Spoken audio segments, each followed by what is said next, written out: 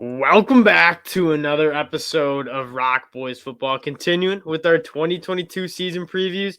As we take a look at the South Carolina Gamecocks, and Dill, there aren't many teams I'm more excited to see in 2022 than South Carolina. If you look at this team and what they look like in 2021, starting a graduate assistant who wasn't even planning on playing football last year for a majority of their games. I think 4 quarterbacks played during that season, inconsistent on the offensive side of the ball, and still managed to go 7-6. And the buzz around the program is at an all-time high, it seems.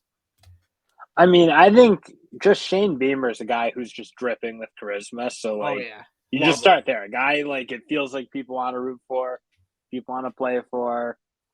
So that's probably what you're most excited about. And that's polar opposite from what Will Muschamp was, who was a very unlikable, intense to a fault. Just like a guy who people didn't seem to like at any spot he's been. Now he's been at both Florida and South Carolina. So I think South Carolina fans have to be excited about Beamer. It feels like a guy you want to get behind.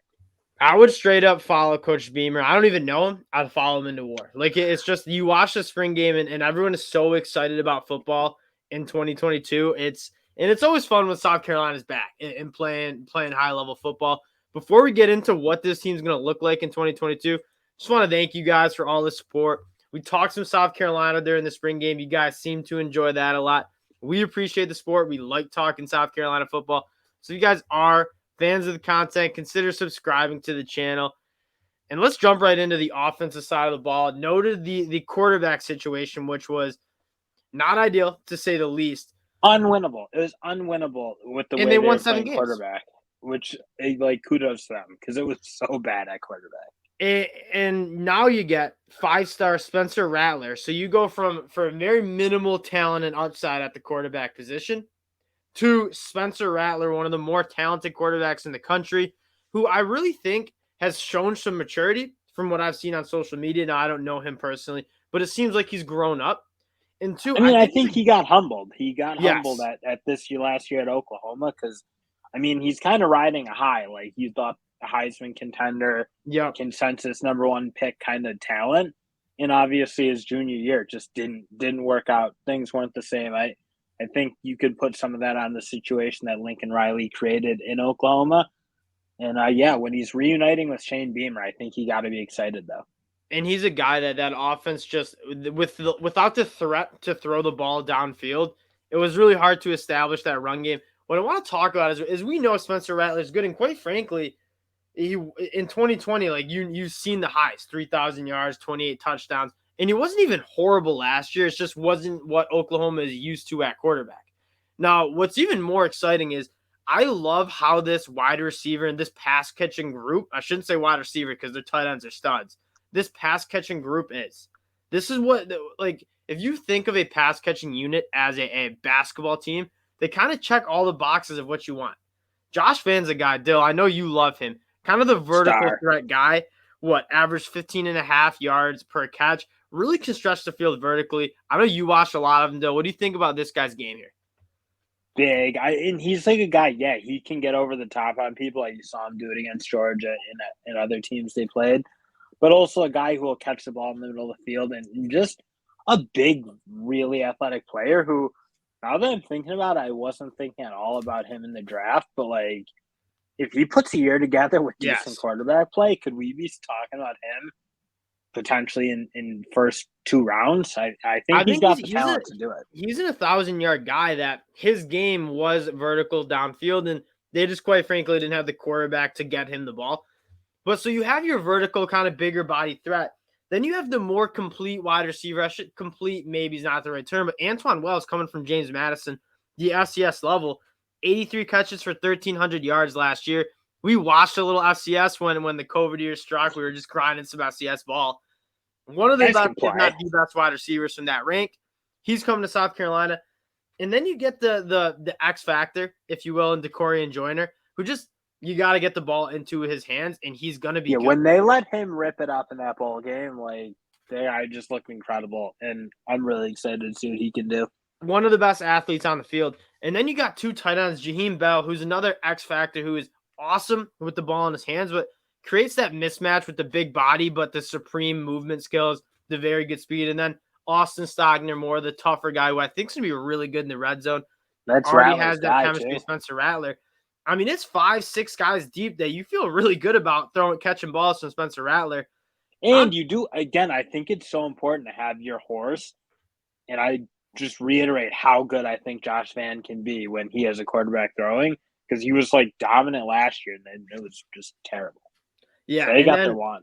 On top of that, a really good pass catching unit. You have a loaded backfield.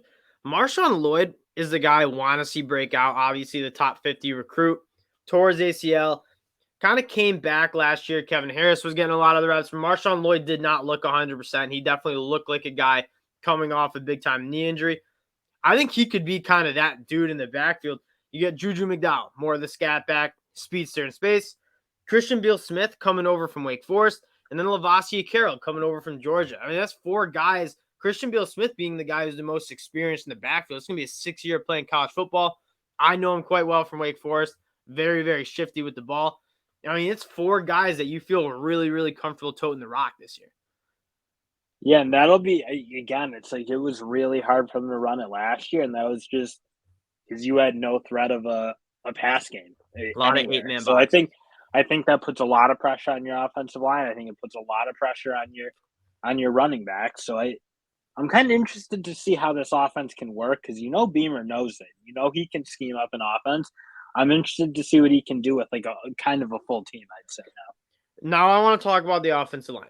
They returned 9 guys who played over 100 snaps. They return everybody. Like, it's one of the most, if not the most experienced group in the country. Quite frankly, they just weren't that good last year. I think partially has to do with just having 4 different quarterbacks at different points of the season. Breaks up your rhythm. But it's just the guys didn't mesh. They didn't seem to be the best unit. What I'll say about this line, I'm not going to necessarily highlight any particular players, is if Beamer really thought these guys are just, this is what they are, he would have went to the portal. I don't think he added a single guy through the transfer portal that's slated to start. And so Beamer's got to have some sort of confidence that this group's going to be able to put it together a little bit. Yeah, and again, it can't get that much worse because it was a really weak unit last year.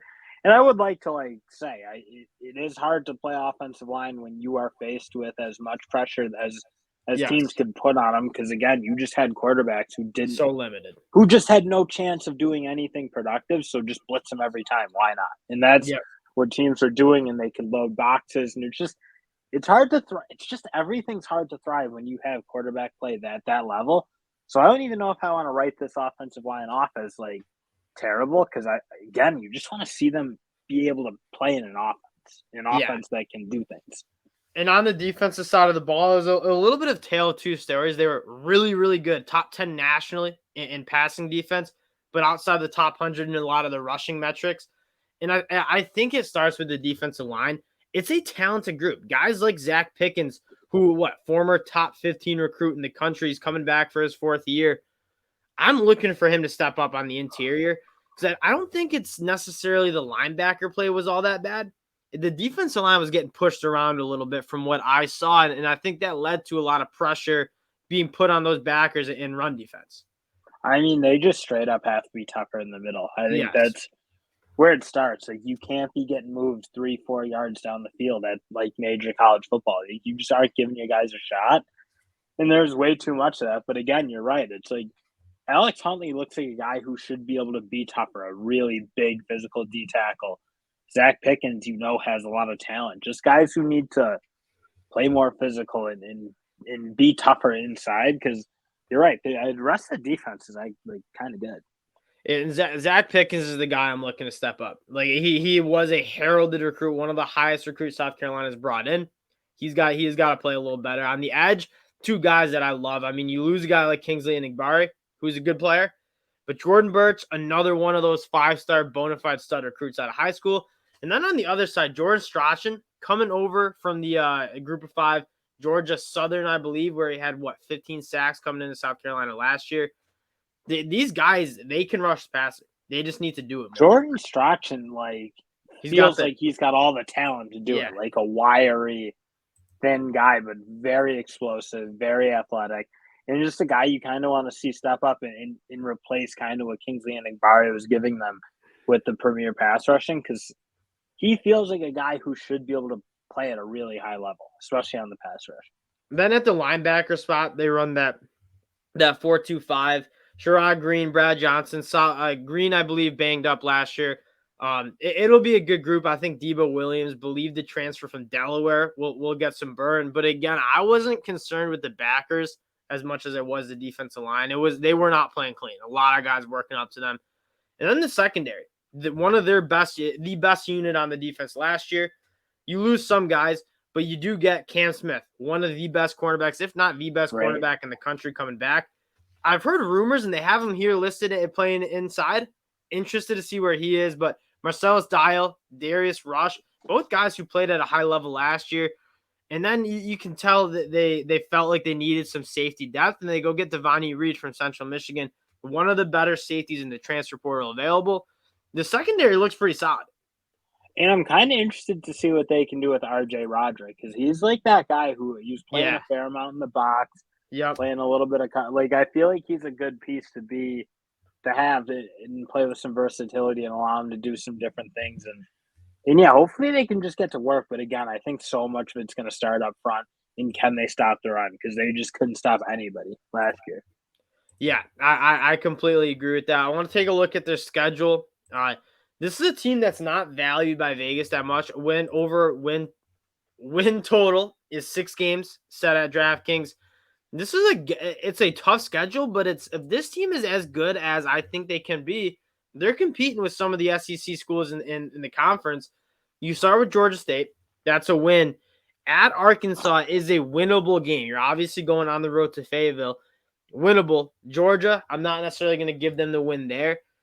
Charlotte, South Carolina should be wins. And this is where you start expecting this South Carolina team, if they're as good as we think, to kind of start winning some games.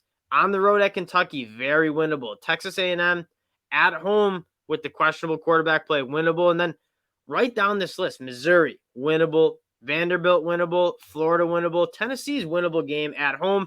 And then on the road at Clemson. There's not a lot of teams. There's some kicker games they're just going to need to win. They got to win. Kentucky, A&M, Florida. Games that are, again, South Carolina hasn't been competing with those teams for the last few years, but you hope they can make that jump. And there is some momentum with the program, but to get one of those games is huge to kind of get the fan base back rolling. Okay, we're on track. We're going to start being very competitive in the SEC. Yeah, and this is if this team again can really pick it up on offense, which I expect them to do on paper. They are a good team on paper. This is a team that can win 8 games. I really think so. But it is going to be a matter of how well do these new guys mesh within Coach Beamer's system. This is a team that's going to be a blast to watch this year. I can't wait to watch some South Carolina football again. Appreciate you guys checking us out. If you guys do like the content, consider subscribing to the channel. We'll talk to y'all later. Peace.